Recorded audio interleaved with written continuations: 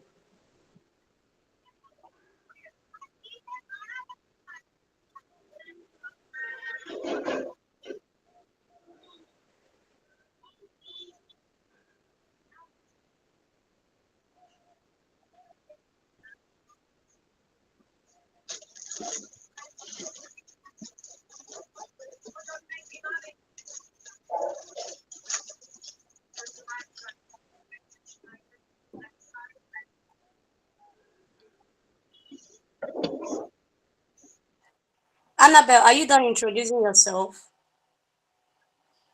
Yes. I couldn't see you. Beautiful. So we have Annabelle and who? Yeah, with your siblings. And Cherish and okay, just four of you. And your mommy. Mommy didn't take you off. Olivia is in the house. We're in the hospital. You're in the hospital. Oh, Yes. sorry about that. Sorry about that. Okay. So let's start with you for today, and we'll be able to cover what we have for today.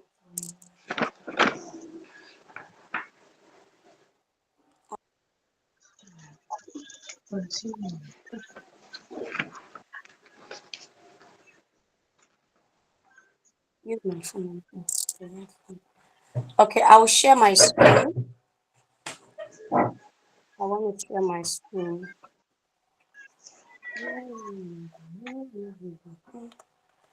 Okay, yes.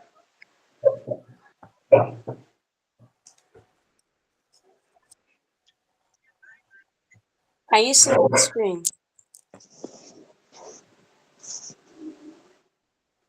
Can you see my screen?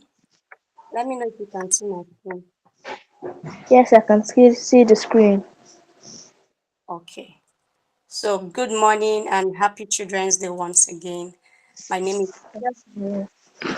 call me Dora, you can call me Tio, whichever one you are comfortable, whichever one you're comfortable with, you are free to address me with. Okay, so welcome to our financial literacy masterclass for children and teens. And I'll tell you a story, a very short story before we start, so that you will understand why we are doing what we are doing. Okay? Sometime ago, three different instances, I was talking to some people, and one of them was a guy. He's still doing his NYSC as we speak. He's still serving. And he said while he was in school, he he had a lot of money while he was in school. But right now, he has lost all that money. Why? Because he did not pay attention to financial management.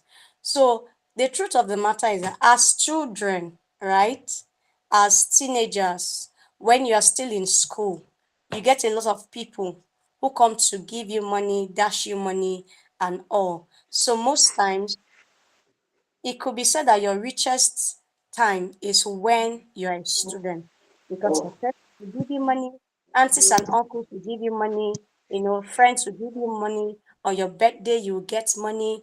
On Christmas Day, your parents will buy you stuff. On celebrations, you get people give you money here and there. How many of you actually save? If you save, can you unmute and say, I save? I save. Who is that? I save. Call your name and let me know that you save. Huh? Who saves? Who says they save here? Ethan. Wow, Ethan. So what's the highest amount you've saved in a year? 19,000. Wow, that's beautiful. And what did you use it to do? I've not yet used it. You've not yet used it, but you're still going to use it, right? Yes. That's very good. So these persons did not save. They thought they were always going to be having plenty, you know. Okay. You want to say something, Annabelle or Cherish? You're raising your hand. Do you want to say something? Okay, we've saved like 22,000 so far. But You've we've saved like used it for 20,000 so far. Okay. yes, ma'am.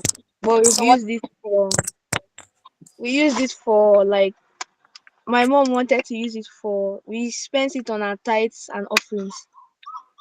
Wow, But your mom is a thanksgiving. very holy mom. But that's beautiful, right?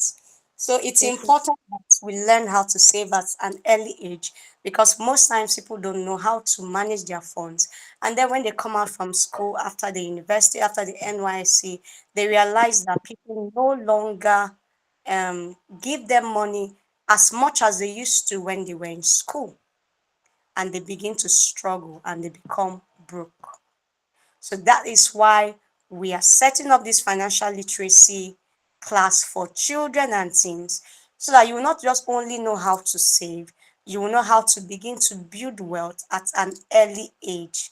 My name is Theodora Otu. Like I've said before, you can call me Dora, you can call me Theo, whichever one is convenient for you, right? Let me know if you're seeing my slide as we move.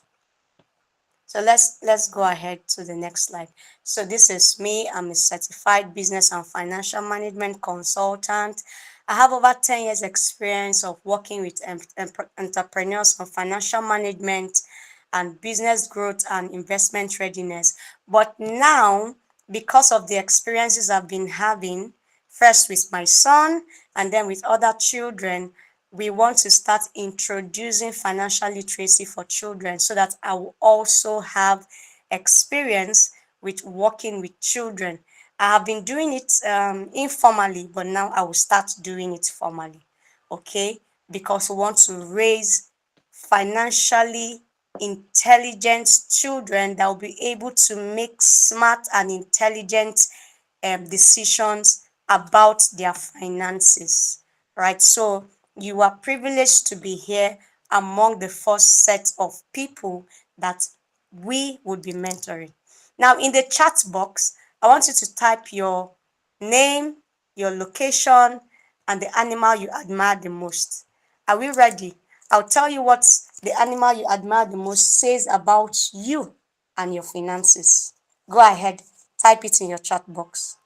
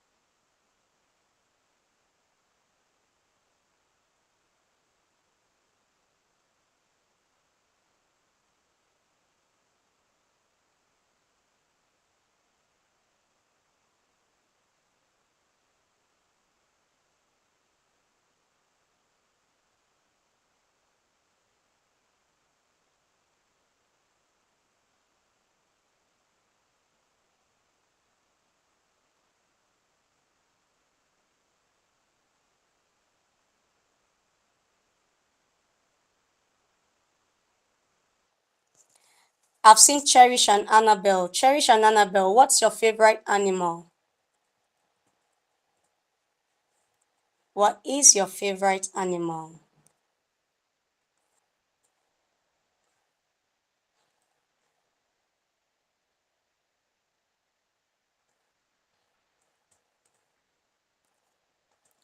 What is your favorite animal? Where are you joining us from? We want to have this information.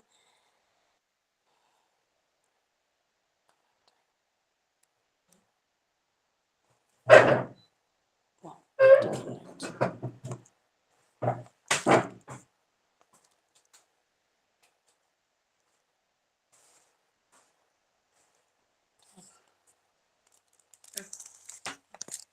mm-hmm.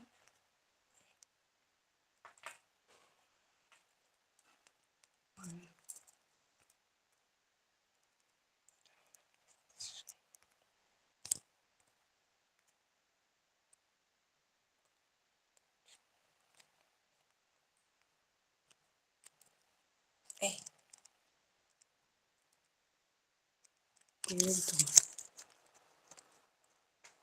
okay. Okay, so favorite animal is cat. Wow. Wow, Choma, you love cats. I have cats in my house. Ethan, you say your favorite animal is lion. Okay. And um Ashifa says your favorite animal is tiger. Wow, we have two tigers here. That's beautiful. Now, let me tell you what your favorite animal says about your money habits, and you tell me if it's true or not.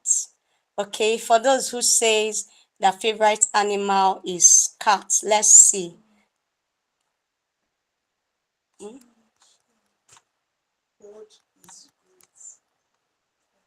Sorry, please give me a minute. My son is trying to give me an information.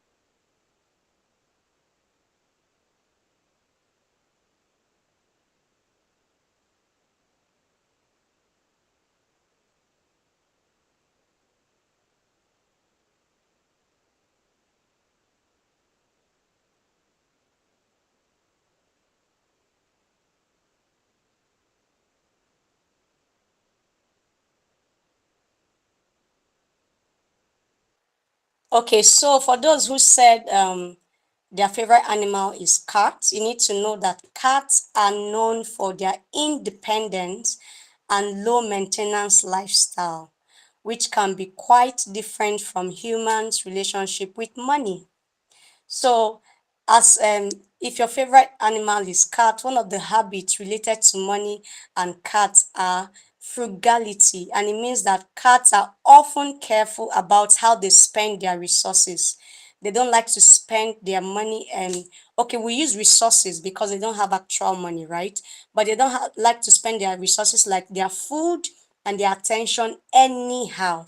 Also, cats are known for prioritization. Do you know what it means to prioritize?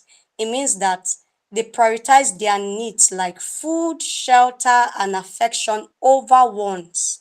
So a cat will rather be comfortable, a cat will rather have good food, a cat will rather have good shelter over other frivolities, right? So if you don't pay attention to cat, the cat will run away from your house. I've had so many cats in my house that run away because I refuse to give them food. Also, cats are known for savings. Cats are known for their ability to conserve energy and their resources. So let's look at what Tiger says, since we have people that say their favorite animal is tiger. After we've seen that, then we'll go ahead with our classes, right? But it's just for you to understand that even animals have, these characteristics that we are talking about in their own way, right? So let's see what tiger has in relation with money. So a tiger, they are not they are not typically associated with money, but their interpretation when it comes to money is power and strength. Tigers can represent power and strength and resilience, which are valuable qualities in personal finance and business. So you want to make money, you need to know that you need to have power, you need to have strength, you need to have resilience. You must not give up. You need to keep working hard on yourself. Another thing is that they are rare and they are valuable. Anything that is scarce has value. Anything that is rare have value. And that is why you see that some things that are common are cheaper than things that are scarce and valuable. So you want to be a person of wealth, you need to be somebody that is valuable and scarce. You shouldn't be everywhere where every child is. You should learn to pick your crowd. You should learn to be scarce in your involvement. So tigers are people who have good investment strategies. They are bold and they take high risk in investment. So these are some of the ways that your favorite animal can relate to your money habits. So the person that said they liked cats, is it true that you're a saver? Are you a saver? We save.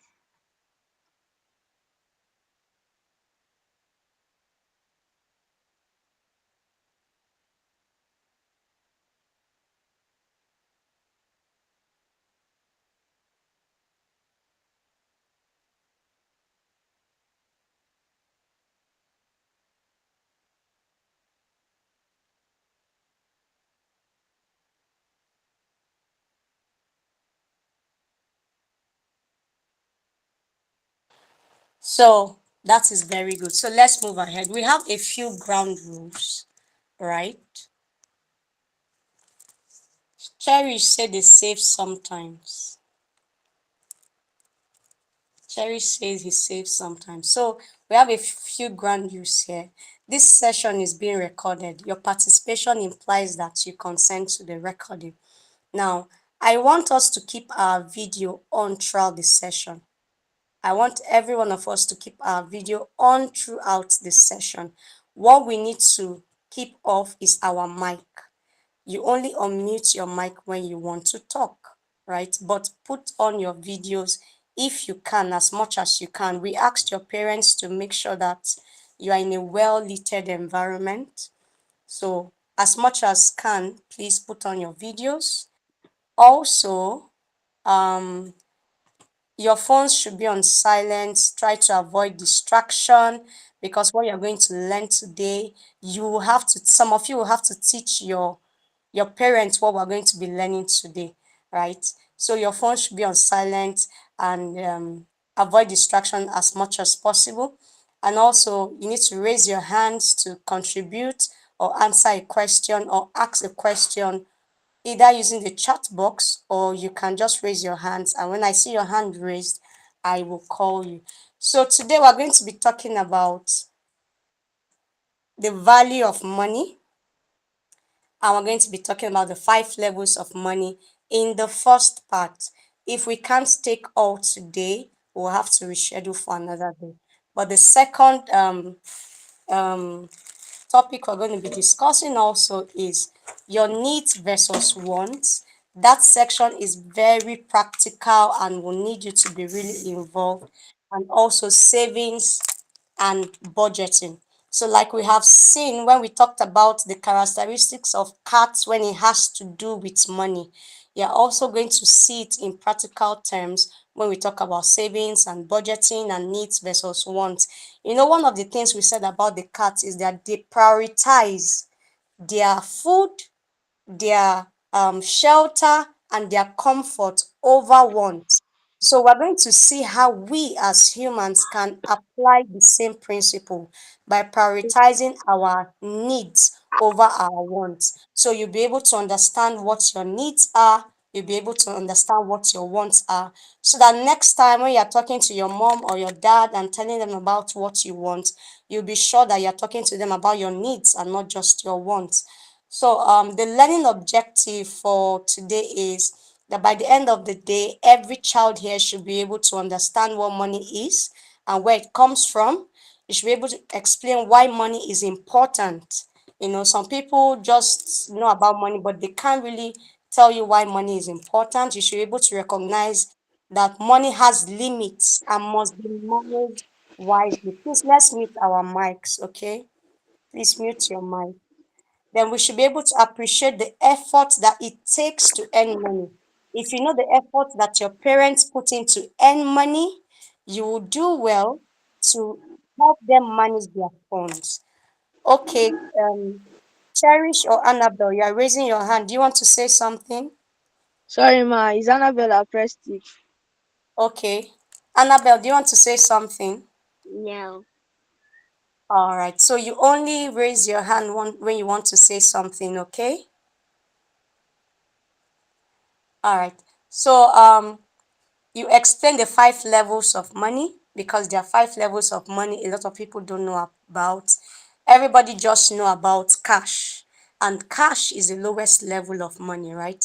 Then you be able to differentiate your needs from your wants, like I said earlier, and you'll be able to apply simple savings and budgeting techniques and develop habits that attract money. So we go right on to section 1, the value of money. So I want somebody to unmute and answer this question for me. First person can answer, if I give you 1,000 today, what would you do with it? While the second person would tell me what is money. So who wants to answer? Who wants to go first? All right. Cherish or Annabelle, which of you raised your hand? See, Annabelle. It's Okay, me, Annabelle. Annabelle. So if I give you 1,000 today, what would you do with it? What would you do with the 1,000? I will like save it first.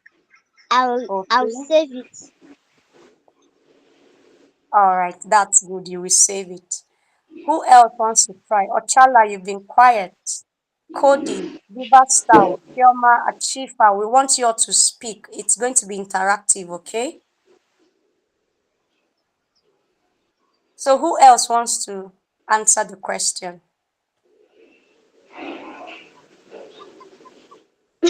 If Okay, you're I not think speaking, please mute your mic. Cherish wants to answer. what is money? Okay. Money is like it's a resource. It's an important resource every man needs for his Wow. himself and his family.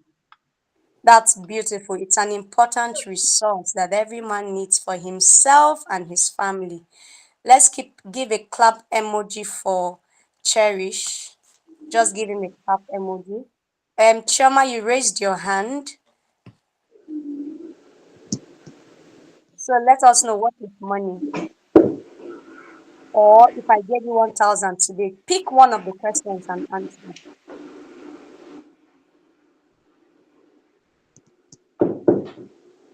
Ashifa, do you want to say something? No. Okay. Choma, your hand is raised. Unmute your mic and speak. Money is a medium of exchange that is acceptable by society. A medium of exchange that's accepted by society. Beautiful definition. Let's give her a clap emoji. Let's give her a clap emoji. So you all have said and defined money well.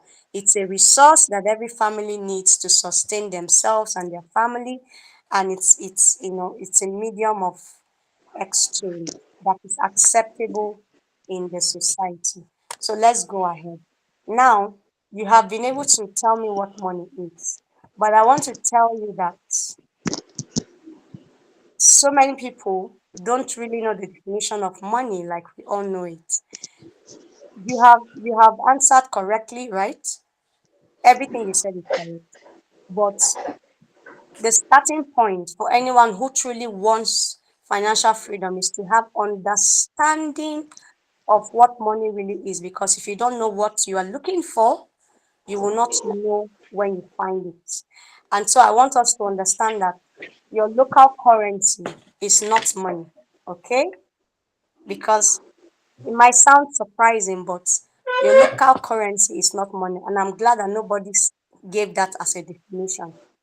Your ATM and credit card is not money, right? Also, your checkbook is not money. So, what then is money? For us to really understand what money is, we need to study the history and the evolution of money, right? Now, there have been different eras and different ages, from the time of our forefathers up till now. We have seen money come up in different means, and that is what we want to be able to understand today. So we have the hunter, the gatherer, and the caveman age. And in that age, everybody was at the same level. All of them were all hunters. All they did was go and hunt for an animal, kill the animal, bring it home to their family, and they cook it and they eat. So there was nothing like shop, there was nothing like going to school, there was nothing like clothes, there was nothing like paying bills. So all they did was hunt and eat. So what did they use at this stage? What they used was their energy and skill to hunt. That was the asset that they had at that time. So energy and skill were their own money. So that's why I started by asking what is money, because I need you to understand that money is not only currency. Energy and skill was their own money at that time. Somebody should answer this question. In our current time, do we need energy and skill to go to work and make money? Do we do we still need energy and skill? Yes, go ahead. I think so. Yes, we do.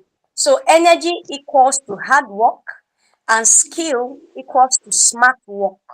And so you see a lot of your parents today, some of them are deploying hard work. Example of hard work. Who can give me an example of hard work?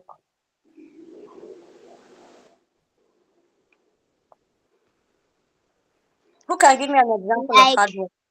going to the market to buy something from your mom if she's at work and she said that you should do it. Yes, that's hard work because it involves your energy, it involves your time. You need to be strong to be able to go to the market. People who are selling in the market, when you go to the market, you see that wheelbarrow boy that helps you carry your load. That is hard work. Why some people are skilled, they do smart work. You see all those people that are into tech, they're always on their computer, they just touch one thing and they make money. That is smart work. So energy equals to hard work, skill equal to smart work. And this was what money was for them as at that time. So it means that if somebody was lazy, the person wouldn't be making money as at that time. And so it relates even to our present day, that if you are a lazy person, if you are not a hardworking person, you will not have money.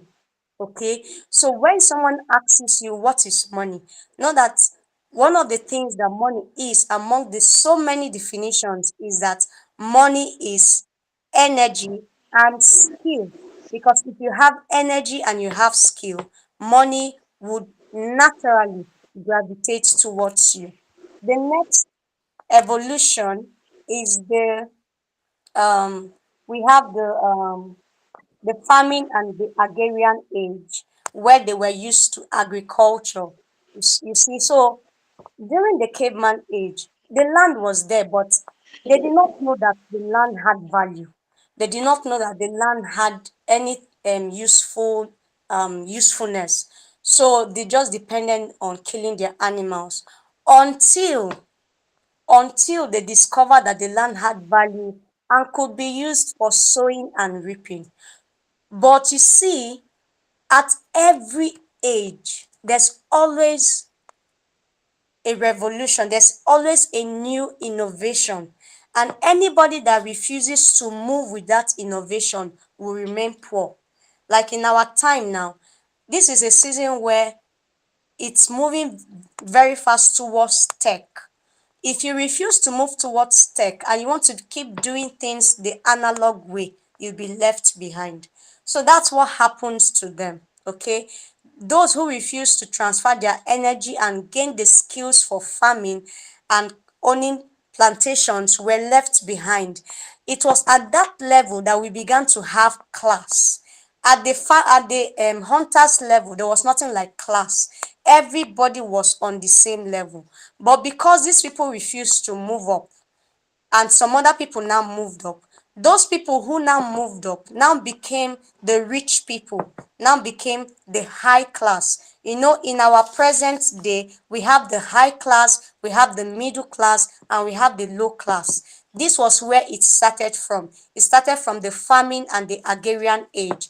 People began to have class because some people refused to move up when others were moving up to the new evolution that they discovered. People began to have plantations, and so those people that had big plantations became the big boys of their time, became the rich people. At this level, right, at this stage of money, what they needed was not really energy and skill. Energy and skill was part of it, but what they now did was trade by barter. Has anybody heard of trade by barter before? Has anybody heard of trade by barter before? Yes. Is it only Yes, Cherish and Annabelle that is in yes, this class? Okay, Chema said yes. Ashifa, I need you to participate. Ochala, I need you to Yes. participate. Giba Style, I need you all to participate, okay? That's how we Okay. learn. When we participate and communicate, you can never forget. So, who can tell me what trade by barter is? Okay, it's the exchange Ashifa. of goods. It's exchange of goods. So like once you give someone something and they give you in return, that's what they call trade by barter. Very good. So, if I give you something that I need and you give me what I need. If I give you something that you need and you give me back what I need, sure you've gotten what you want, and me I've also gotten what I want. So you see that Yes. we cannot limit money to physical currency, because if you keep limiting money to physical currency, you'll be missing a lot of things in life. Please mute your mic, okay? Mute your mic so it's not interfering. So at this level, their money was anything you can give in value in exchange for what you want. Anything you can give, anything of value that you can give in exchange for what you want. It means that as a student, if I want a math set, right? I don't have a math set, and I have two calculators. It means that I can give out one of my calculator to my friend who has extra math set. And then I'm now the owner of a math set, and my friend is now the owner of a calculator. Did I need money to be able to buy that? Did I need money to buy that? No. Good. So you see that money is not only the physical currency that you know. Money is not only naira. Money is anything of value that you give in exchange for what you want. Another example is for those who are in boarding school. Some people will say, okay, give me milk, I will plait your hair. So when your friend gives you her milk, because she doesn't have milk, she knows how to plait hair. She will now plait your hair. You see, there has been an exchange. What you wanted was for your hair to be made. What she wanted was to get milk for her golden morn. So there has been an exchange, and you did not need to pay money for that. That exchange can also be defined as money. So money also can be seen as giving something of value for something else of value that you want. All right. So now that we have seen two levels of money, let's go to the third one. What did I say the first one was? What was the first definition of money that we saw? What was the first definition? Yes. The first one was what? Go ahead and speak. Talk now. It was 5 levels of money. No, the first level of money, what did I say it was? It was when the I said it hunters was were energy energy and and skill. skill. Energy Okay? and skill. Energy and skill is the first level of money. And we say energy is equal to hard work and skill is equal to smart work. Do you get it now? So the second level of money now, of what money is trade by barter, which is anything of value that you give in exchange for what you want. The first is energy and skill. The second is trade by barter, anything of value that you give for what you want. And I've given you examples of how you can give something you want to get something else you want. Has anybody ever tried it? Trade by barter. Maybe you didn't have money. You now told somebody, let me give you this so that you can give me this. Has anybody ever done it before? Okay. Yes, Cherish, ma'am. Yes, what ma'am. did you do? Okay, my classmate needed a pencil and I needed an eraser. I had an extra pencil and he had an extra Okay. eraser. So I gave him my pencil and he now gave me an eraser. Beautiful. You see that you did not need money. You did not need money to buy that eraser, and he did not need money to buy that pencil, but you have solved a need. Okay, please, Ashifa's son, please tell me your name again. So I'm not calling you Ashifa. I'm sorry. Okay, please tell me your name again. My name is Ethan Kuha. Your name is what? Ethan. Ethan. All right, Ethan, have you practiced trade by barter before? No. Okay. So only Cherish has done it. Ochala, Chioma, Diva Style. Have any of you participated in trade by barter before?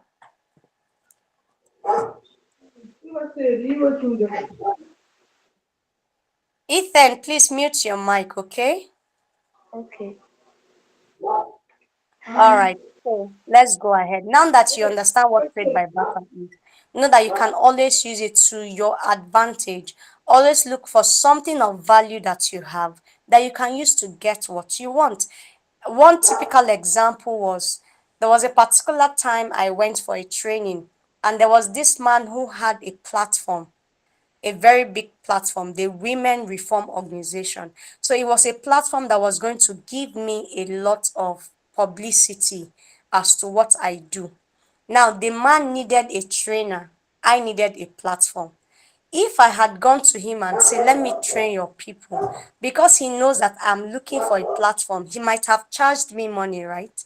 And if he had come to me and say, come and train my people, I'll also charge him money. But I had what he wanted, and he also had what I wanted. So he gave me his platform, and I gave him my trainings for his members free of charge. And so through that platform, people began to know me. So I didn't have to pay for me to have so many people sit down for me to talk to them. And he didn't have to pay somebody to come and train his his community. So that is how you can use trade by barter. There are people that have used the principle of trade by barter to get lands, to get houses. I know of an engineer that was building a house for someone, and the engineer was asked, how much should we pay you? He said he doesn't want money. All he wants is 1 unit of the house. Now he gave them his skill and he got a house in return. If you don't apply the principles of trade by barter, you always shut your eyes to opportunity that you can get even without having to pay a dime. And so you'll be limiting yourself, working all the time to get money to be able to afford something. No, you don't always have to use money all the time to get what you want. Always ensure that you have something of value that you can give to someone else to give you something else of value that you need. Okay, that is how to apply trade by barter. And that is money in itself, because money is a means of exchange. All right, if you go to the market, you give them your money, they give you food stuff. So it's the same thing. You give them value, they give you what you want. That is what trade by barter is. The next level is the industrial age. So after that, they discovered that the land had more value beyond sowing and reaping. They began to discover things like gold, crude oil, coal, and all those precious stones. Now, the limitation of trade by barter was that sometimes, like Cherish gave an example, that his friend had two erasers and he had two pencils. He needed an eraser, the friend needed a pencil. Now, sometimes you might have two erasers, but what I need is not an eraser. What I need is an exercise book, and you don't have an exercise book to give to me. And so I'll not be willing to give you what I have because you don't have what I want, right? So that was one of the limitations of trade by barter. When people do not have what you want, when people do not have what you need, it became very difficult. So in those days, some of them will have maybe corn and they are looking for yam. The person that has yam does not want corn. That person wants rice. So he will not give you his yam because he doesn't want corn. He will not give you his rice because he doesn't want corn, right? So he will wait until he sees the person that is looking for yam in exchange for what he wants. That was one of the limitations of trade by barter. And also because of storage, right? Maybe you have tomatoes and you've not seen somebody that will collect your tomatoes immediately. Their products began to spoil.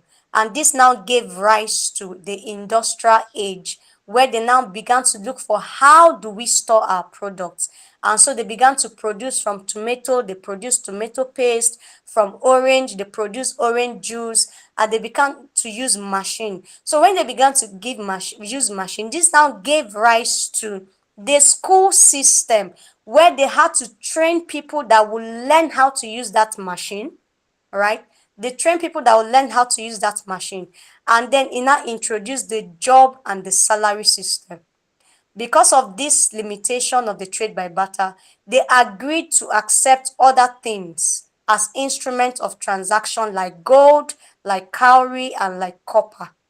So one of the things that came out that is money in this generation is gold, cowrie, copper coin. Those are also money, right? Now let's move on to the next evolution. Remember that it's in the industrial age that salary system came up, because people began to work for the people who were able to buy the machineries, and then they pay them with either gold, either copper, either cowrie, or even using the trade by barter system. The next is the banking industry age. When this began to happen, to solve the limitation of the industrial age, which is sometimes you have gold to give to me, and what I have is normal cassava. Will you exchange your cassava for gold? If you are the owner of the gold, will you exchange your cassava for gold? Will you exchange your gold for cassava? Will you? Are we still together? If you're still with me, say I'm here. I'm here. So will you exchange your gold for cassava? Yes. Yes. Cassava does not have as much value as gold, though. Sure, you know. Yes. Gold is very valuable. So a lot of people refuse to exchange things of value for things that have less value, right? So this now led to the banking industry age.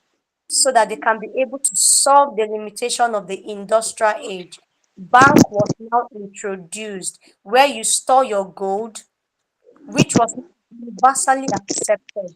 And what they did is they now had a paper that would back up the value of gold that you have in the bank. So that is how all this printing of money, having a checkbook, ATM card, that is how all these things came about, right? So in the hunter age, money then was energy and skill. In the agriculture age, money was trade by barter. In the industrial age, money was gold, cowrie, and you know, copper coin and other materials. Now, in the banking age, you now had to start depositing those things in the bank. You will now be given a paper that will show the value of what you want. And that is how different countries also began to print their own currency. Now, with this understanding, we now come to the technology and information age. The technology and information age is the age where the world has become a global community, a global village. And the internet is our market square, it's our village square. The internet is our community. So brain power in this age has replaced muscle power. So if you are just physically strong but you don't know anything, you are left behind. You know, muscle power, like smart work, it has replaced hard work. And then the paper currency is gradually fading away to electronic money. That is why today people don't really go to the market with cash. You don't go to supermarkets with cash anymore. Your parents go with their ATM card. True or false? Do your True. parents go to market with their ATM card or not? Do they? Yes. True. Chidima said Yes. true. People now go to market with ATM cards. Some don't even go to ATM cards. Some go with just their phones and they do what? Transfer, right? Yes. And you do transfer. Have you seen your mother go into a supermarket and after buying, she said, "Where's your account number?" How many of you has experienced it? Me. Good. So Yeah. a lot of people now use electronic money, now use digital currency. All right. Do we have any questions before we proceed? Any questions? No. Okay, for those of you that are not talking, I'm going to call your name. I'm going to ask you questions, right? But let's move ahead.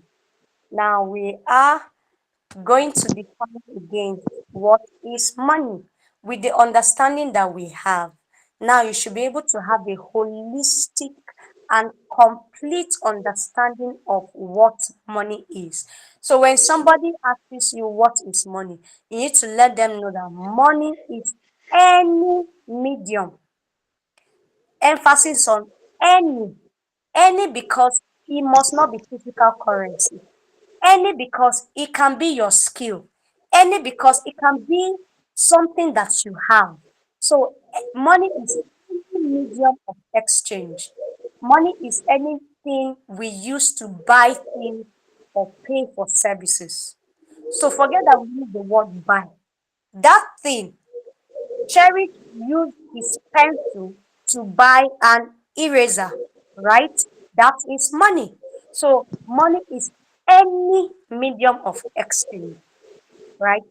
Money is not just currency. Number two, money is a reward for solving problems. Money is a reward for solving problems. And you need to understand that money only flows in the direction and in exchange for value. The level of problem you solve determines the level of money that you would have. So if you solve small problems, what will happen? Yes, Cherish. You give a small quantity of money. You have small money. If you solve small problem, you have small money. Chioma, if you solve big problems, what will happen? You need Yeah. I didn't get you. you need big money. If you solve big problems, you will make big money. Now, Chidima, if you solve national problems, what will happen?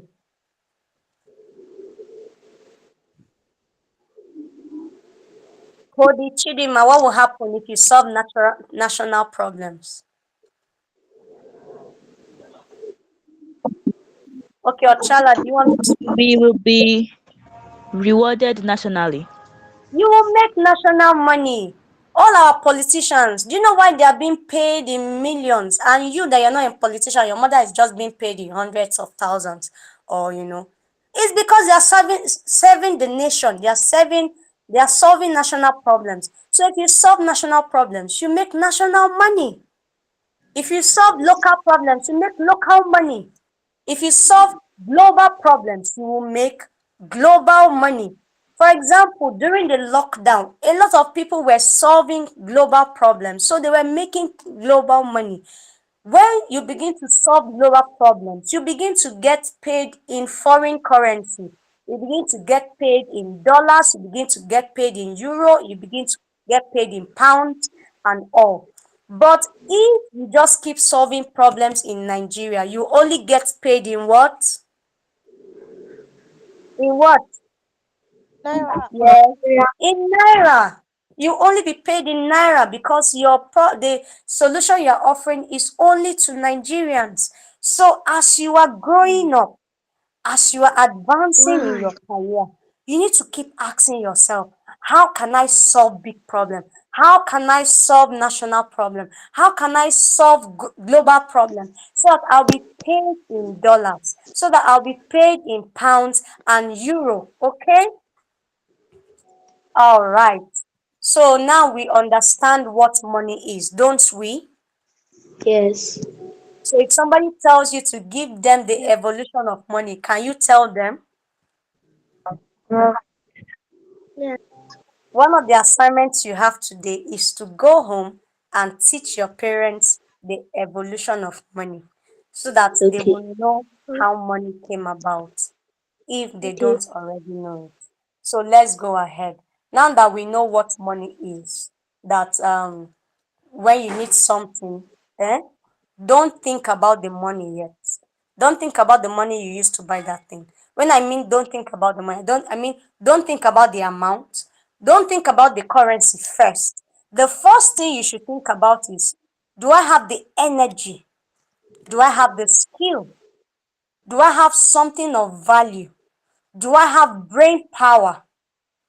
Do I have anything of value that I can exchange? That is how you should be thinking. That is how you should be thinking from now on. Okay?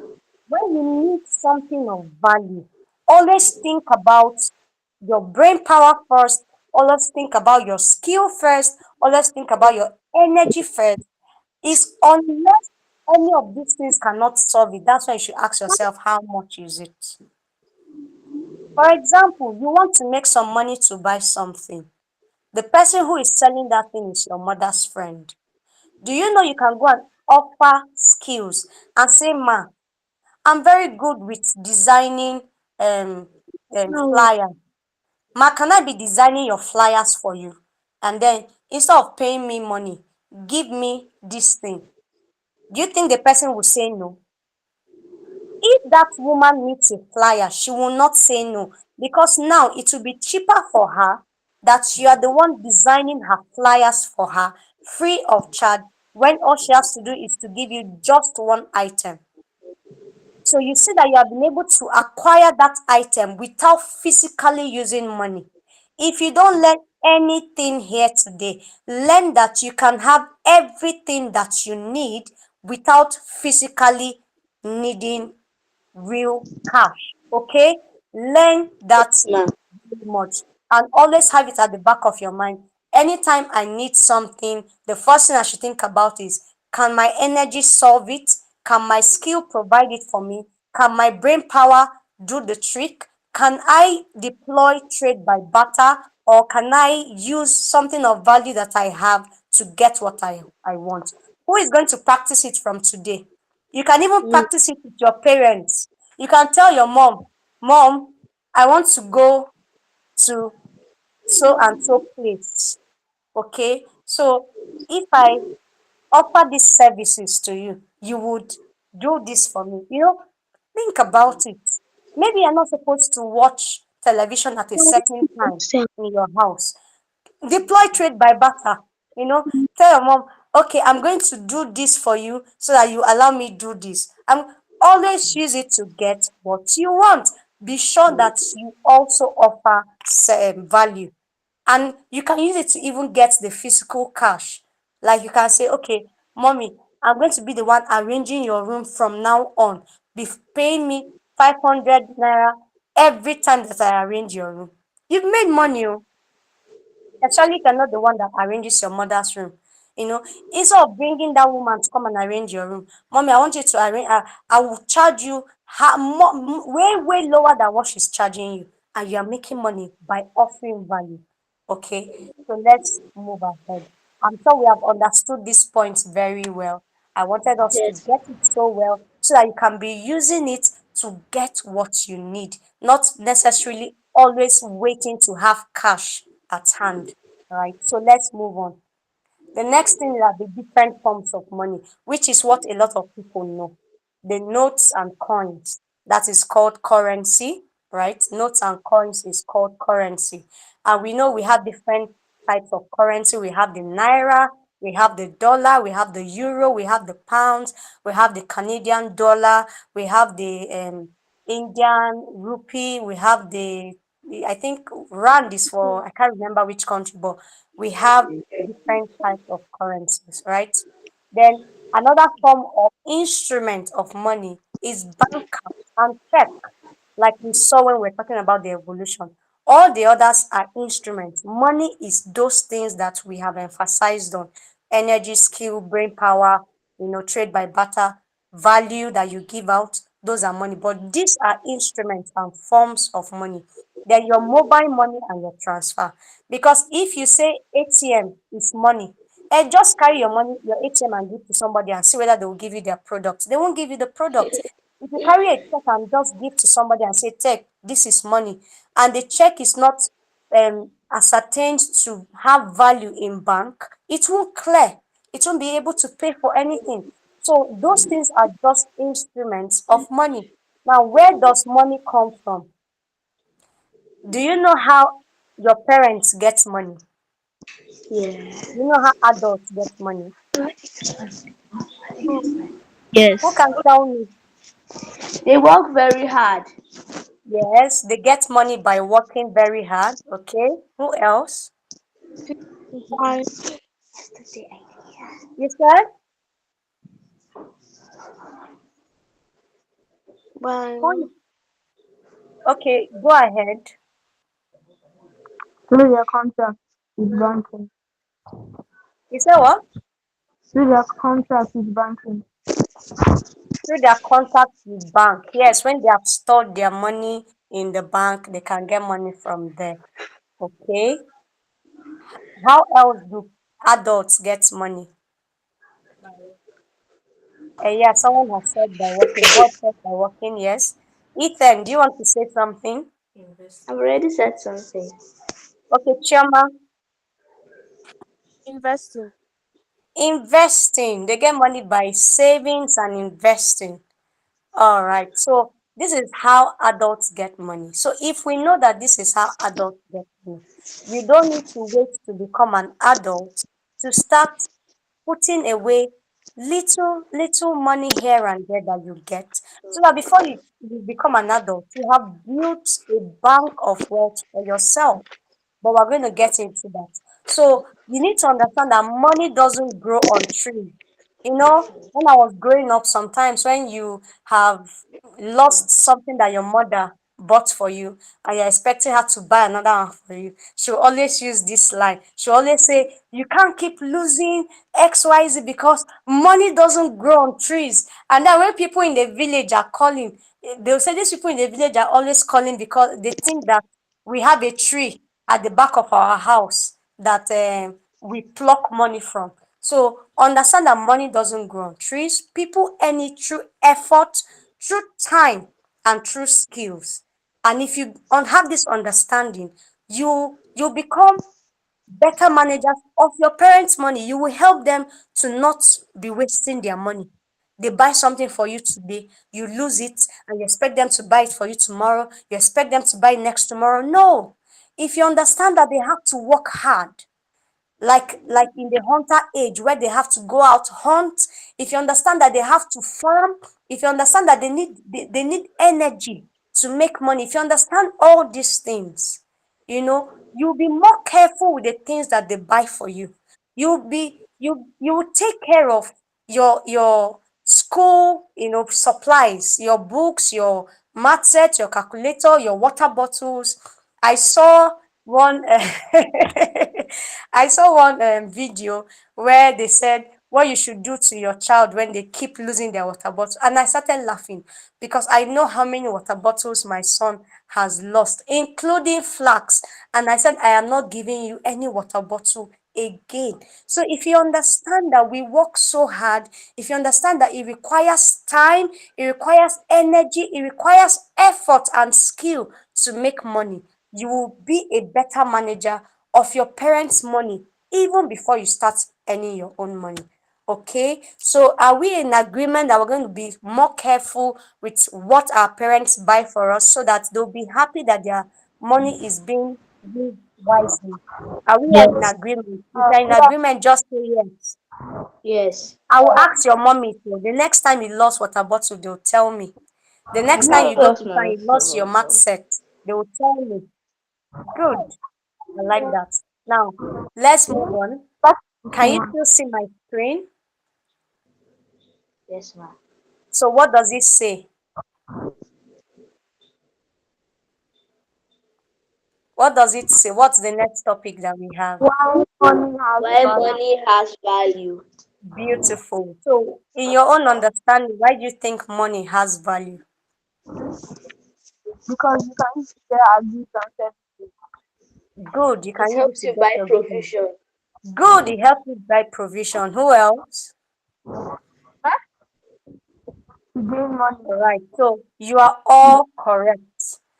The reason why money has value is because you trade money for the things that you need, such as your food, your provision, your clothes, even your games, right? That is why money has value.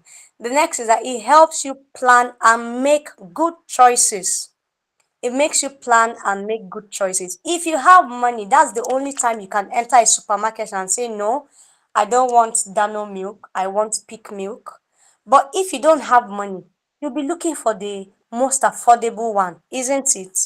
If you have money Yes. and you enter, say, which example should I use? A phone shop. You know that iPhones are really expensive. Some iPhones cost as much as 400, 500,000. If you Yes, have ma'am. money and you enter into the phone shop, you'll be able to make choices of the one you want.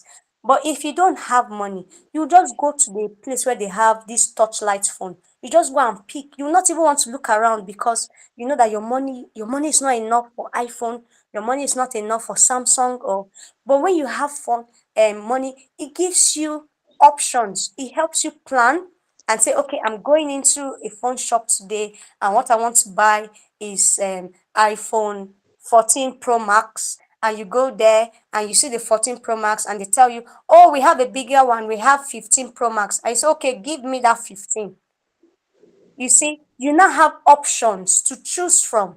Some they'll say, okay, this one is the speed of this one is this, the speed of that one is this. You can now choose what you desire, what you will love, not just what is available, not just what you can afford, but you have options to choose from. And it also shows you how much work and resources went into something. if you know how hard your parents work, you appreciate every kobo that comes from them. You appreciate every single dime that they bring to the house. You will no longer throw tantrums when they tell you, oh, we are not buying this today, we'll buy it next week. Some children, when their parents say they cannot buy this thing today, they begin to get angry. It's because you don't know the value of money. That's why you're getting angry.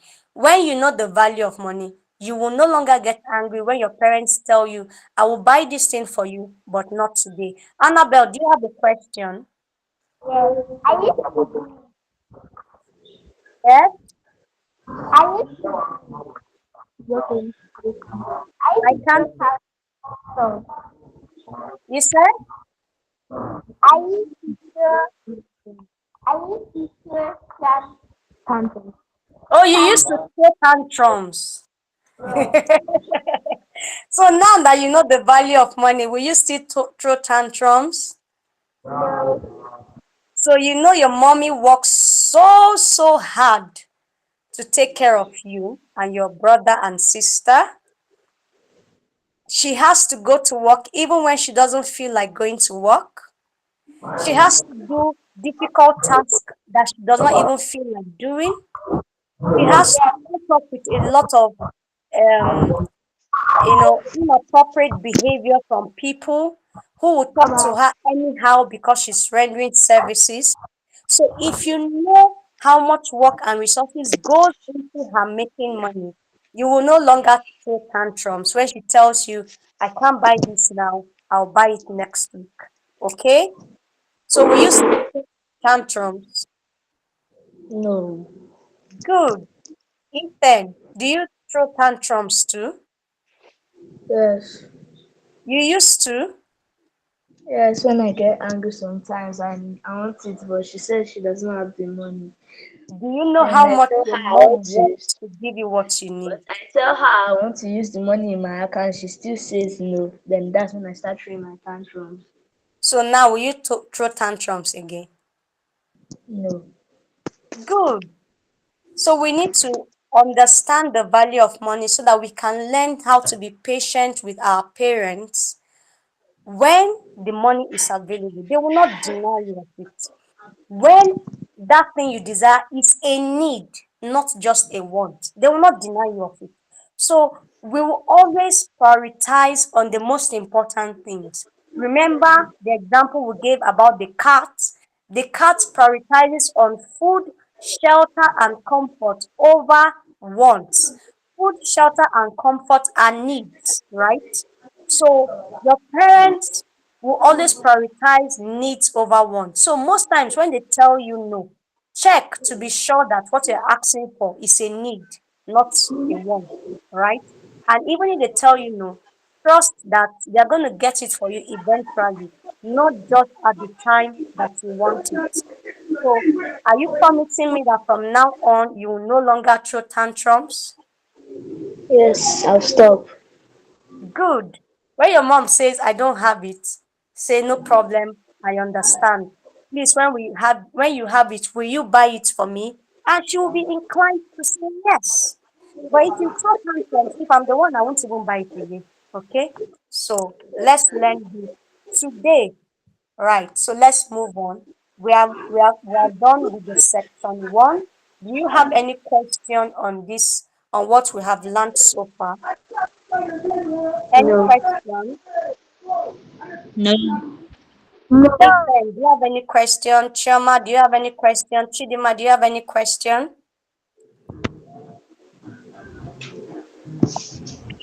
So you understood it perfectly. Should I ask my own questions?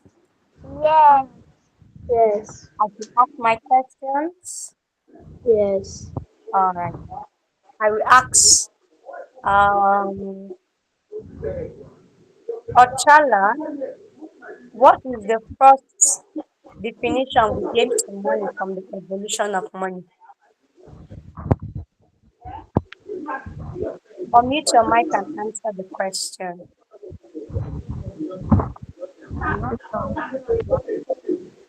Are you there?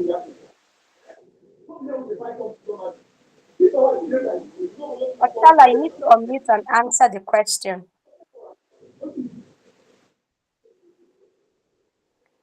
What's the first definition we gave for the um evolution of money? What did we say money was?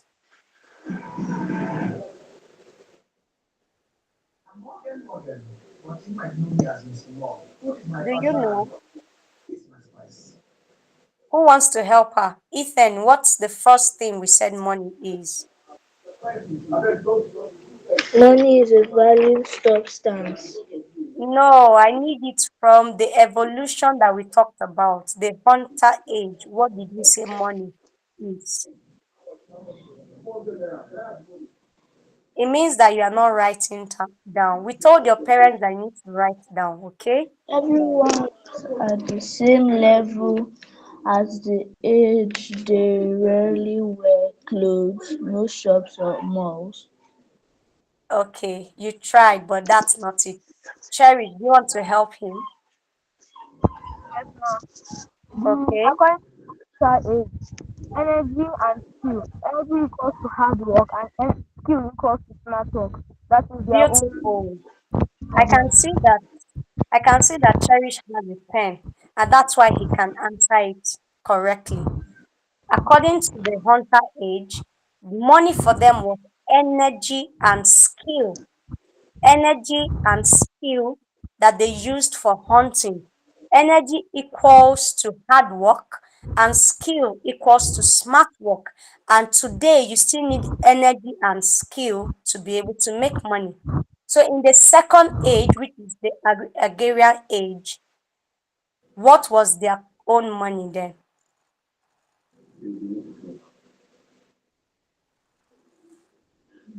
Chioma, do you want to answer? Yeah, go ahead. Yeah, just go ahead, unmute. Trade by barter. Trade by barter, beautiful. So they give out farm produce. Somebody has yam, the other person needs cassava. You exchange your yam for cassava. At the next age, which was the industrial age, what what was their money there? Oh, Cherish, allow someone else to talk. Who wants to try? Chioma, yes. Gold. Gold, gold, cowrie, copper coin, and all that. All right. So, what was the limitation of the trade by barter? Why did they change? Why did they evolve from using trade by barter? What was the limitation? Yes, Cody. Chidima,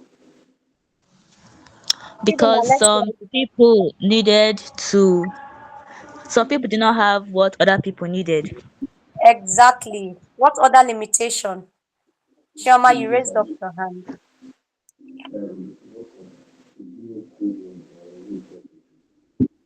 All right. I'm glad that you are following. Yes, go ahead, Ochala.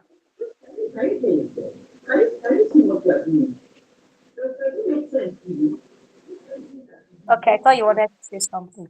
So let's now move on to the next level, right?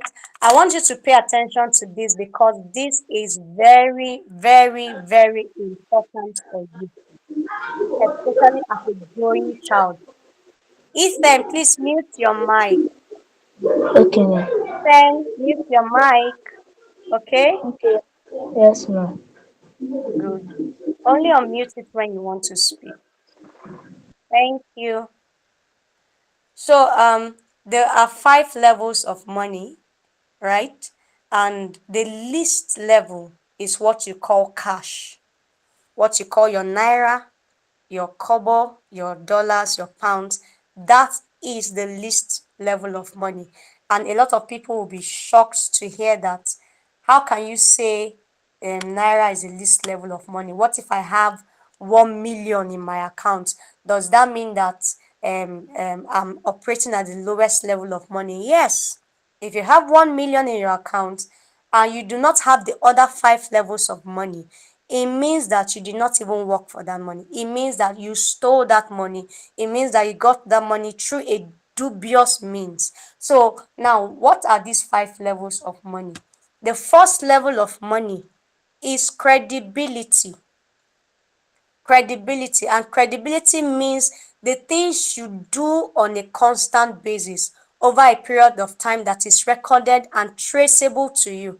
When people look at you and they say, this person is very kind, this person is very nice, this person is, that is what credibility is. When people look at you, what do they say about you? Can they say, this person is very truthful, this boy can never lie?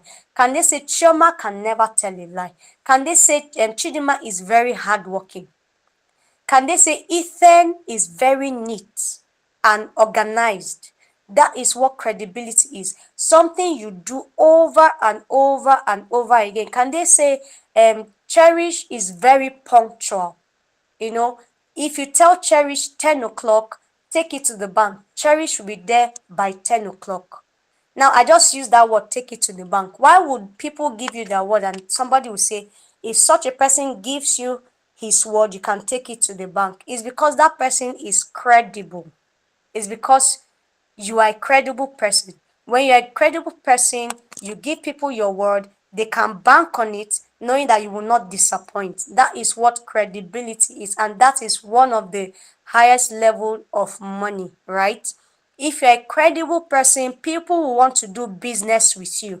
People will trust you. People will be able to leave their resources with you. But if you're not a credible person, if you're someone that is always lying, if you're someone that steals, will people do business with you? Will they do business with you? No. Good. So you see why credibility is one of the levels of money that you need to inculcate into your life. You need to, what's the word now?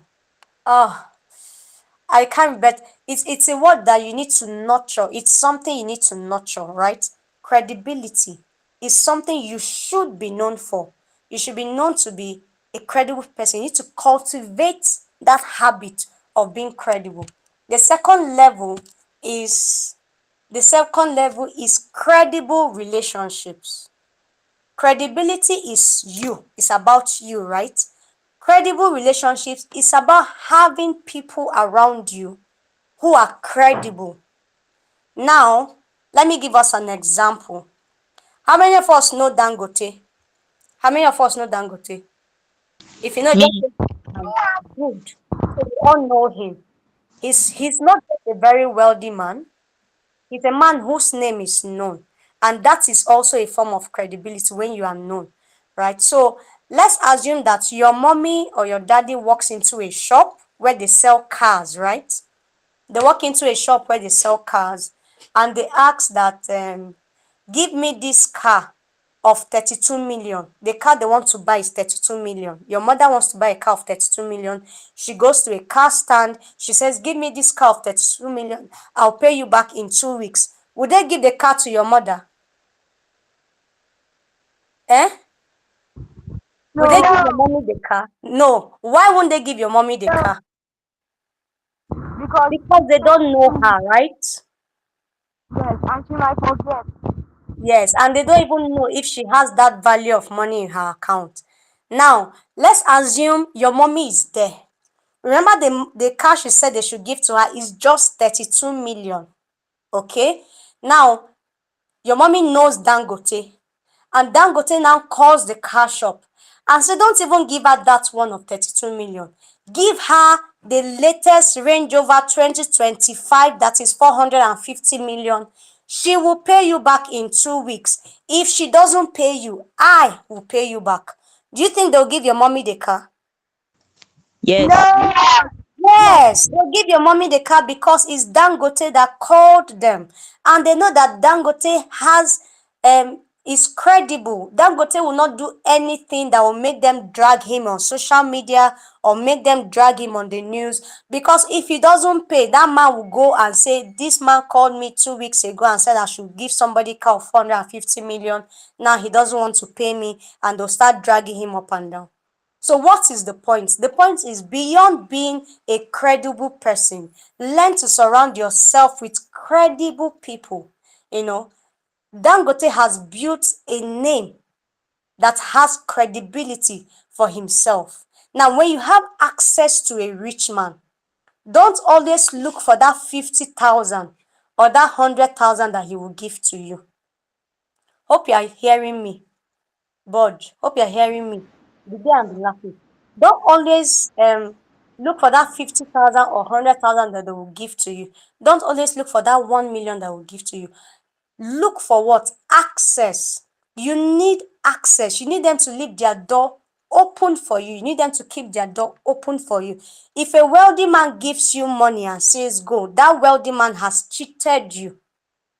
It's a cheat on you for a wealthy man to give you money and say go. What do you need? You need the wealthy man to keep his door open for you, because with that door being open, you can get anything you want in billions. Know that a rich man will never give you billions. He will never dash you billions, right? The highest he will give to you is 1 million, if it will even be up to a million. 500,000, 100,000, 20K here, 50,000 here. But that is not what you need. What you need is access. When I got into the university, I didn't get into the university with somebody giving me money.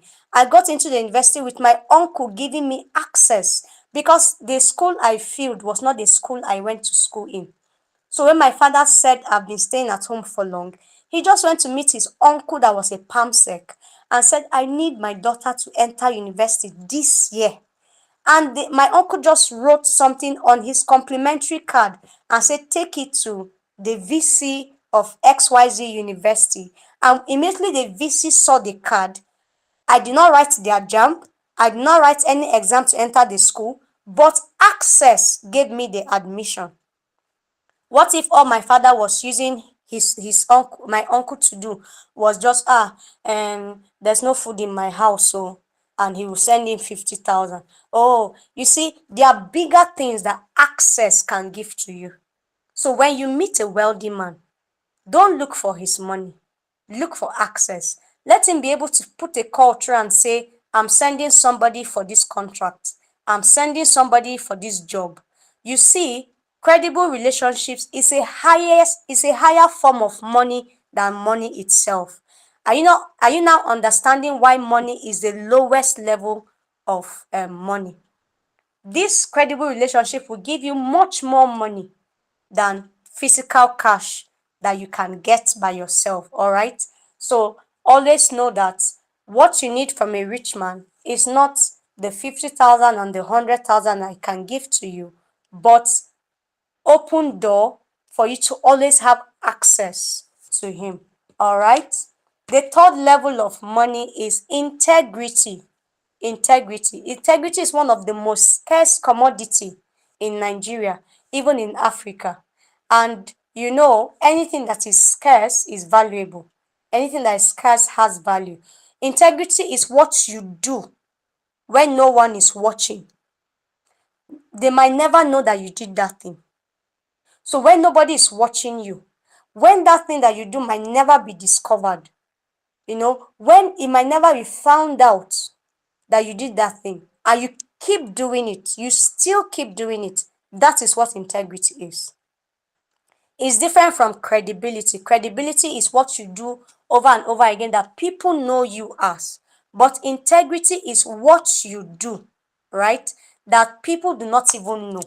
It is between you and your conscience, between you and God. You know that this is who I am. I'm the only one in this house. I'm very hungry, but no matter how hungry I am, my mommy have said I shouldn't go into her pot to carry anything, so I will not go into her pot to carry anything. And you are dying of hunger, but you will not go to your mother's pot, even though she will not see you, even though she will not know if you carry it. You can carry it and you arrange the pot as if you didn't carry anything. Did she count the meat in the pot? No, she didn't count it. So you can carry one and she won't even know that you carried one, but you know that you carried it. God knows that you carried it. That is what integrity is. When you are not being watched and you still do the right things, you are a person of integrity, and that is a very scarce commodity. Now let's use an example of one of our leaders in Nigeria, Dora Akunyili. It was said that she was giving money to go for treatment abroad. Now, the president did not follow her to go for that treatment. Her bosses in the office did not follow her to go for that treatment, so they don't know how much she spent. But when she went for the treatment and then she came back, she came to remit change to them. She said, you gave me XYZ amount. I didn't finish all the money that was given to me. This is the change. I am returning it. And they were thrilled. They were amazed. How can you give somebody money, government money? Everybody will always say, I want to follow and chop our own national cake. But Dora Akunyili did not want to be that woman who would take much more than she needed from the government, from her office. She returned the change after her treatment. And so when they were looking for somebody to make the DG of NAFDAC, they were able to say there was one woman. We sent her to go for medical treatment abroad. When she came back, she brought back change for us. And what do you think happened to her? They gave her the job instantly. What brought this job for her was nothing but integrity, because she could have come back and even tell them that the money they gave her was not enough. But the money was beyond enough, and so she came back with change and she gave to them. You need to understand that when people are looking to employ staff, they are looking for people that have integrity. Because your boss might travel every now and then and he leaves his office for you. He wants to know that you will not cheat him when he's not there. He wants to know that even if he's not in the country, his business will run smoothly and you will not do things that would jeopardize his business. That is what integrity is, and that is a higher level of money than cash in itself.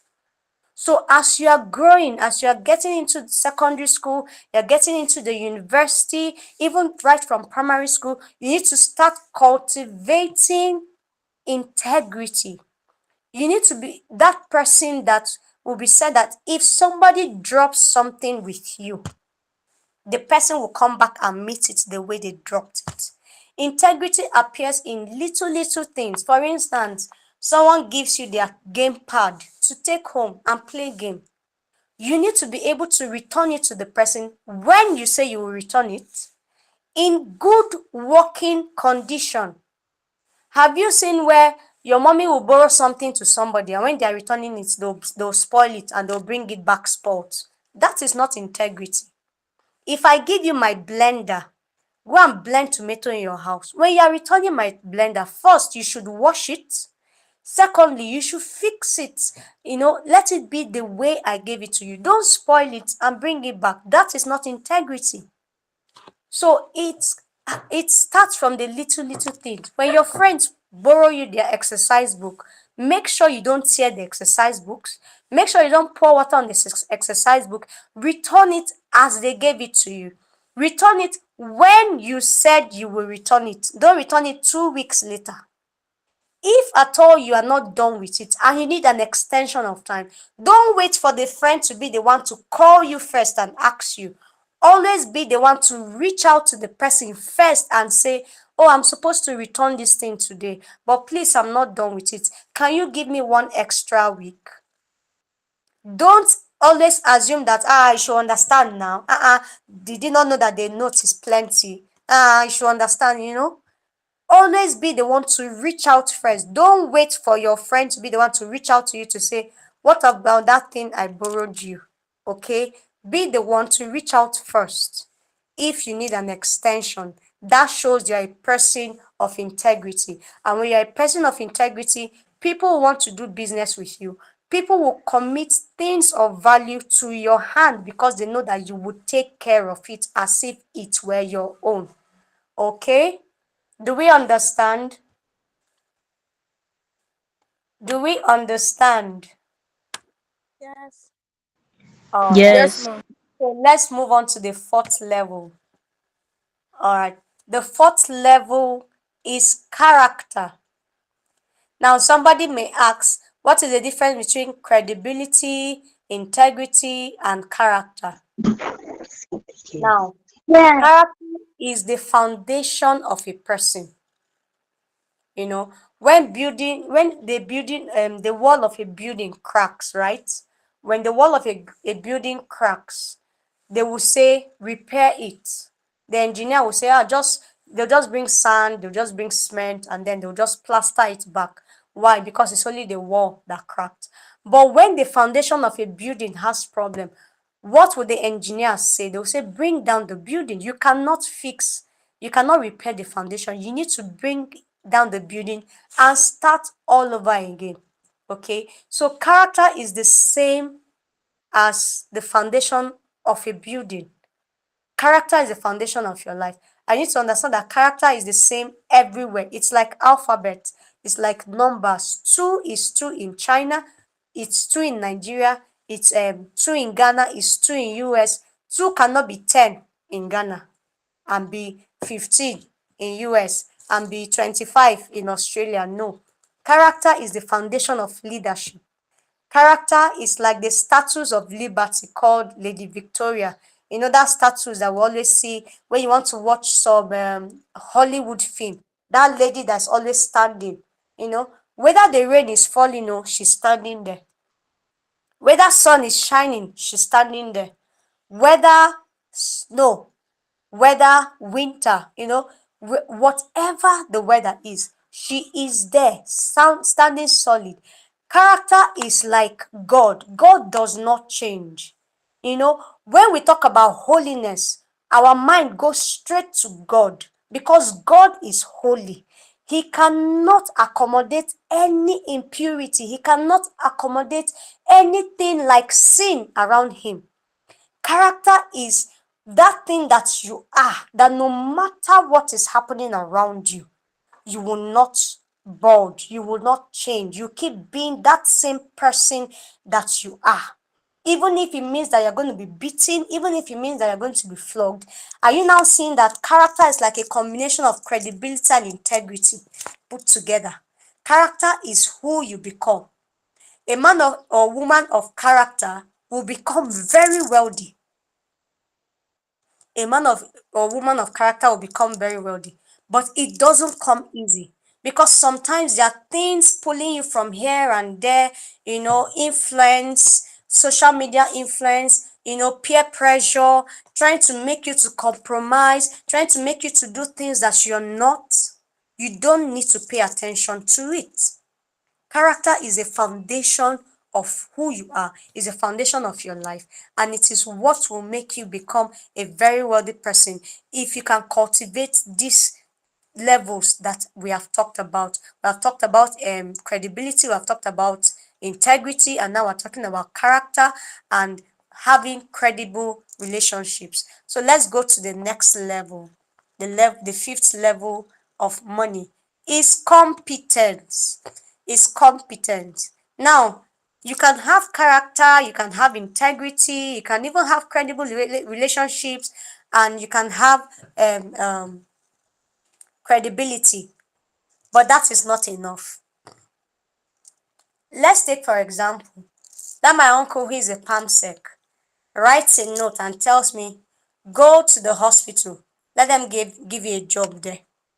And I don't know anything about medicine, health, and all that. And I go to the hospital and I get the job. Will I last in the job? Will I last? Is somebody with me? No. They'll fire you since you don't know. Yes, they'll fire me. God says they'll fire me since I don't know what I'm doing. Okay? So you need to have competence. It is not just enough to pray. A lot of us pray so much. We pray and pray and pray, and God is looking at you and God is saying, everything you need, I've given it to you. All you need to do is develop it. We pray and we don't want to walk. We pray, we don't want to study. You pray, God, I want to have A in my exam, but you don't want to read. You pray and say, God, I want to be the best graduating student in the entire school. After you finish praying, all you're doing is playing video game. You pray and say, God, as I write my WAEC, I want to be among the top 10 people that, JAMB used to release the highest score. I want to be among the top people that JAMB released that had the highest score. You finish praying, but you don't work. How many of us do that? You pray, but you don't work. Let me see your hand. Be sincere. Oh. You know that you pray, you tell God you want to pass your exam, but your mother will be pursuing you to read. Cherish, cherish. Why are you not reading your book? Why are you waiting for your mom to always be the one to pursue you to go and read? Chioma, do you pray and not do anything about what you're It's not praying really about? all the time. It's only like a few times it happens. Okay. So now we have learned that in the levels of money, competence is very important. It's What not happened to the enough. Bluetooth? It's not enough to mute your mic, Cherish. It's not enough to pray. You need to know what you are doing. Cherish, please mute your mic. Okay, ma. All right. So, like Budge said, that if I'm employed in a hospital, I will not last there because I don't know what I'm doing. I don't know what to do. I don't know how to give injections. I don't know how to administer drugs. So when they send the patients to me, I'll be talking off points. No, now, if I want to work in the hospital, I need to go and learn nursing. I need to go and become a doctor, or maybe I need to go and learn microbiology, or maybe I need to go and learn pharmacy. I need to learn something that has to do with the hospital. Okay, now if I want to become a tech person, I need to go and learn everything about computer software. If possible, I need to add hardware. I need to learn programming languages. I need to learn coding. I need to learn all these things so that when that my credible relationship now gives me his complimentary card and say, go to Etisalat or go to MTN, go and get a job. When I go there, because I've learned networking, how to network systems, because I've learned coding, because I've learned different programming languages, I now know how to use different programming software. I'll be able to succeed in MTN or in Etisalat or in Globalcom, in all these big IT company. But if I am not competent, I will not last more than 1 week in that job. And what would have happened is I would have wasted my credible relationship. I would have wasted that opportunity. And know that once you waste that opportunity, that person will never recommend you to anybody again. That person will never recommend you to anybody again because you went there to embarrass them. So you need to be competent. You need to pay attention to training. You need to pay attention to knowledge. Like what you're doing here, you're investing time. Time that you're supposed to use and be playing. Time you're supposed to use and be watching cartoon, playing games, or doing something that is not so productive. You are investing it to acquire knowledge. Now you live here. Even if you don't learn anything, you have learned trade by barter. You have learned that you shouldn't always wait until you have money to get what you want. You have learned the 5 levels of money. You have learned the importance of money. You have learned why money has value. You now know that because your parents work so much, put in so much time, that means that thing they are working for is valuable and you should no longer throw tantrum. So as you are growing, don't join the bandwagon of people that are always on TikTok, on Instagram, doing nothing but watching videos of people dancing and cracking jokes. Is it good to laugh? Yes, it is good to laugh. Whenever I'm stressed, I go to my status and I begin to view. There are certain people's status I go because I know that once I go there, I must laugh. Sometimes I go on Instagram, just check out things just to relax and unwind. But you see, 90% of the time that I'm on social media, it is for training. It's either I'm training somebody or somebody is training me. I attend a lot of webinars, I attend a lot of trainings, and I also offer a lot of trainings to people. So in my field, if you wake me up and you ask me a question, I will not need to tell you, wait, let me boot. From sleep, I will answer you and go back to sleep. Why? Because I have developed myself to be competent in what I am doing. And you can start by being competent as a student. Start by being competent in your studies. You need to know what you're doing in the school that you are. Don't be among the people that they'll always call to come stand at the back. They ask you questions you cannot answer. No. Pay attention to study. Look for mentors. Look for people that are ahead of you. Look for people that are going to where you want to go to. Submit under them. Learn under them. Okay? Learn under them. In your school, look for people that know more than you.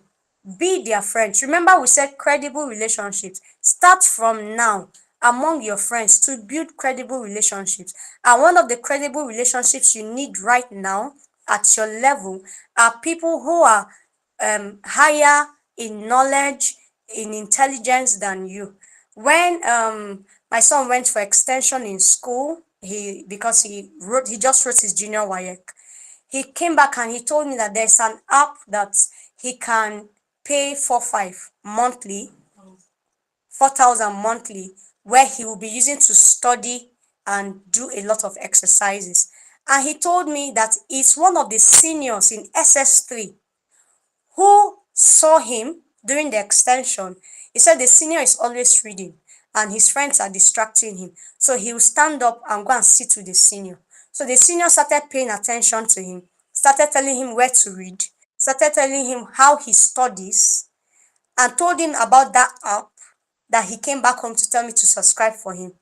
And that senior's name is John Onoja. And that senior in their school got the highest grade in JAMB. He got 350 in this JAMB where that they just wrote. And when he showed me the guy, this is a John Onoja. I say, he's in SS3. He will soon leave your school. Collect his number. And he told me John Onoja does not have a phone. He said it's until after secondary school he will have a phone. Are you now seeing that that is a credible relationship for him as far as his education is concerned? The guy is not only intelligent, the guy has discipline. Discipline of not owning a phone till he graduates from secondary school. Now, it's not because his parents did not buy it for him. It's because he himself does not even want to own it. Because if it's as per your parents does not buy it for you, there are children that their parents will not buy phone for.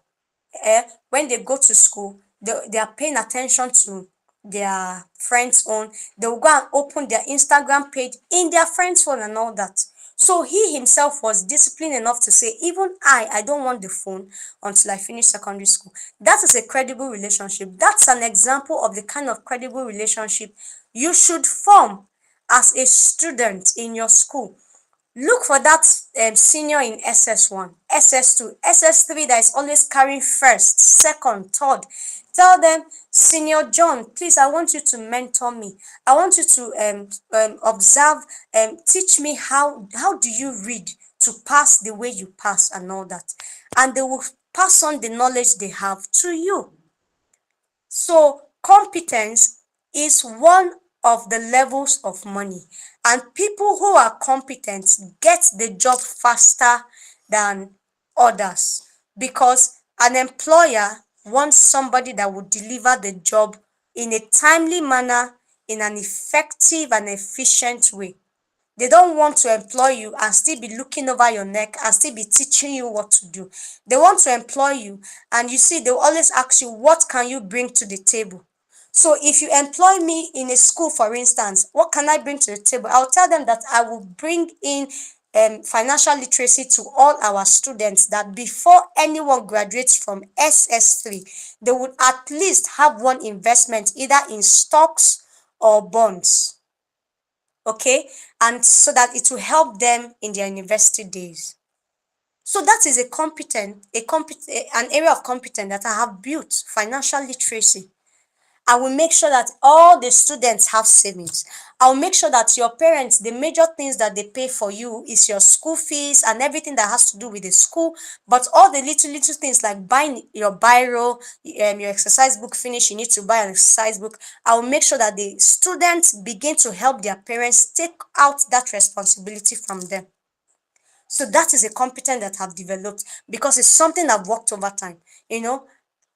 When it comes to savings, when it comes to planning my funds, I have even taught my son that he saves money. And in December, it's a rule. I don't buy his Christmas clothes.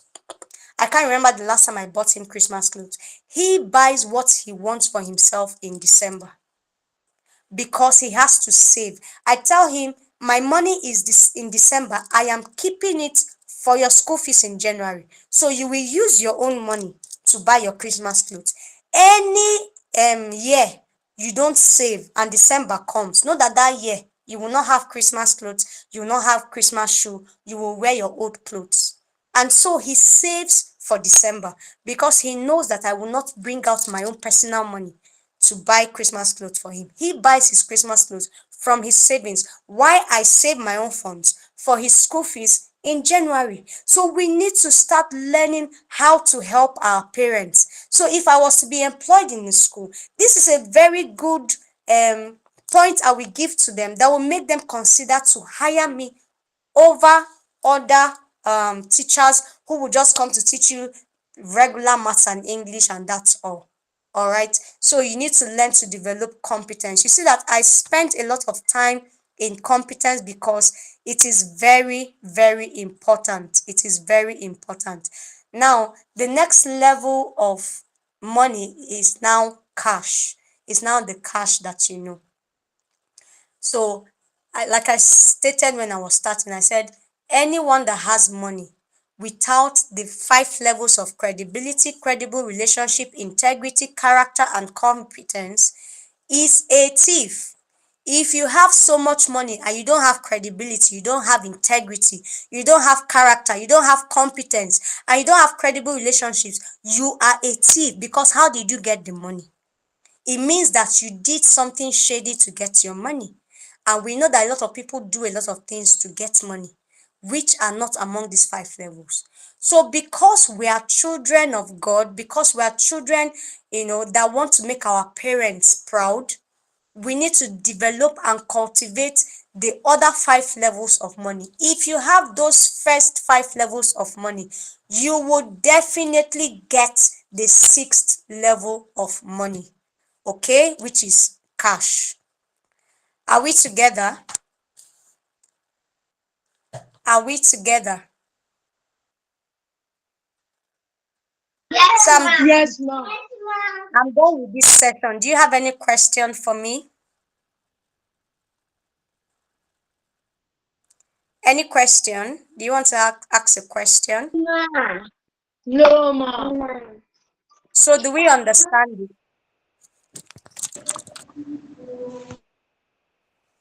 Do we understand?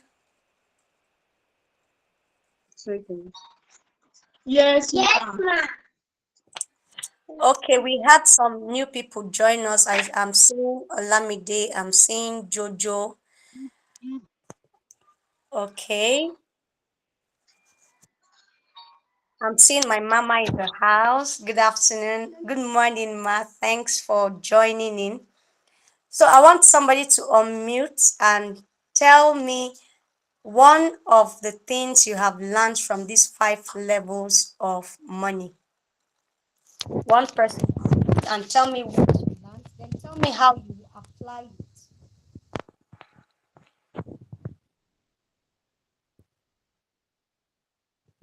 Who wants to go first? What have you learned? How will you apply it?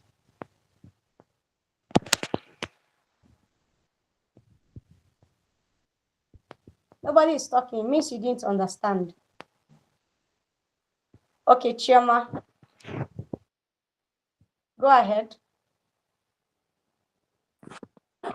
Integrity, what I understood was that we should do the right thing at all times, and even when no one is looking or no one is looking at us, that we should always do the right thing and we shouldn't compromise or shouldn't do bad things because no one is looking at what we're doing. And with integrity, and also move high because people can see we're different from other people and we don't do the same thing that other people do, which You are can different from other people. I like that. Yes, which can also lead to credible relation, and they can give us recommendations in jobs and things like that. Good. Let's give her a clap emoji. Give her a clap emoji. She has answered almost every of the question, every of the level. Jojo, please can you unmute, introduce yourself, tell us where you're joining from, and tell us what you learned. Good afternoon, ma'am. Good morning. I'm joining from Nigeria. Okay. Which state? Um, Lagos, Lagos Wow. State. Um, what did we learn?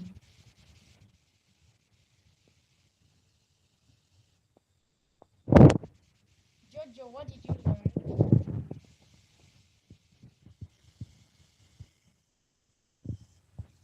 Oh, okay.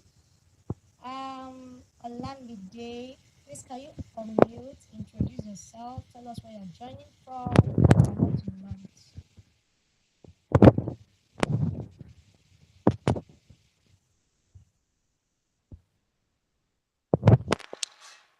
Okay, you see why I wanted us all to put our video on, so that people don't just join the call and then they go and be doing other things.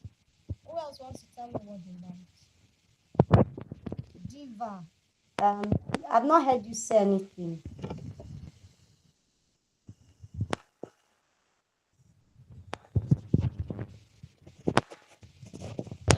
Nobody wants to say anything.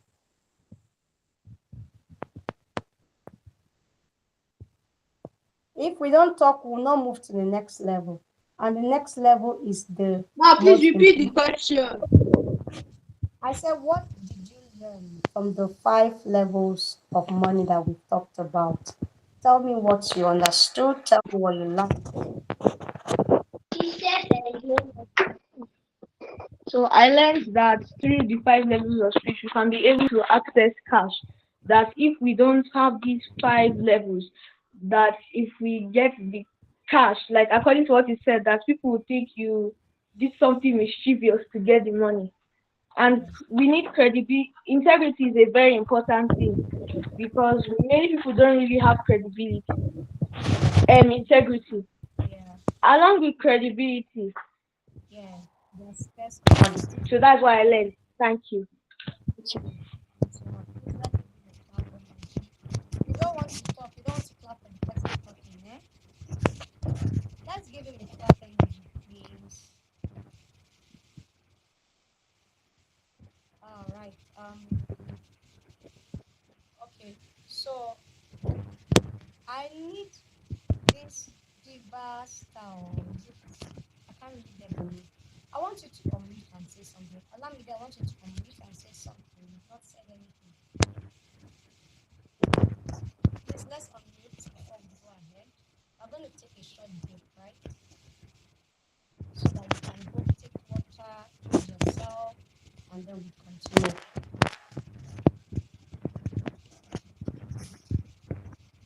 But what did you learn? Come and tell me.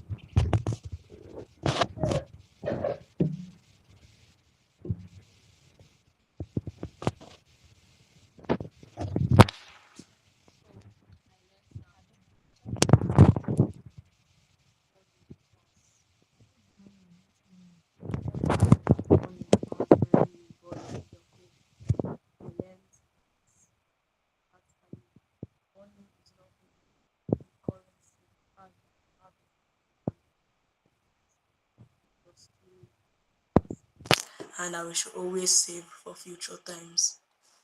All right. Did we hear him? Did we hear him? No. You didn't hear him, right? Good. You know, I've always had the problem with telling him to speak out.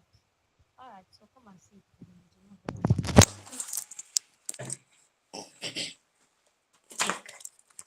Good morning, class. My name is Bodun Jokum. So I learned that cash is not the only form of money that you have. Like, it can be assets, it can be your skills, it can be things that you have to trade with others.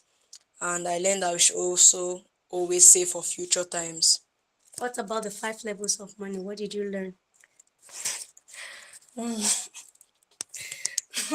So you did not learn anything there. I did. So say it. Levels of money, that skill that back in the olden days, No. now maybe No, that's not. That's evolution. I mean, 5 levels of money. skill. Integrity, competence, credibility, credible relationships. Okay. So we're going to go on break now, okay? Are we together? You're all quiet. Please unmute your mics and say something. Should we go on break now? Yes, ma. Shema, should we go on break or should we continue? Move now. Why are you with you?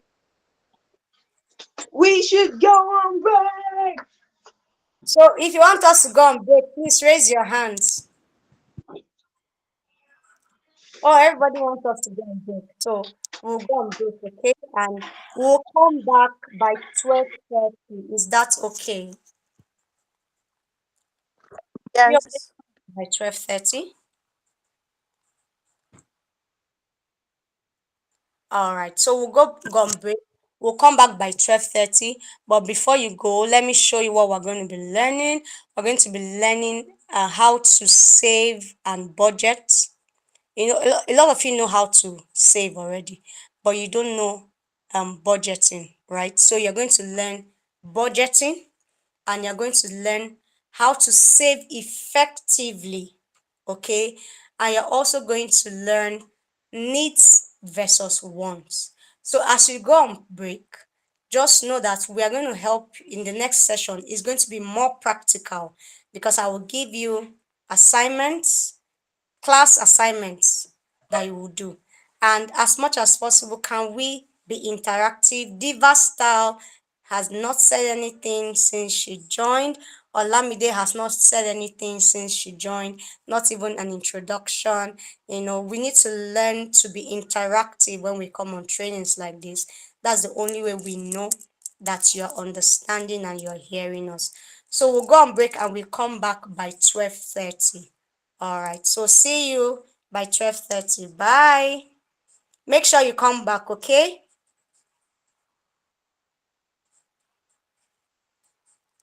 You can drop off. You can drop off. Or if you want, you can stay. But we'll be back by 12:30. Okay, later. Later.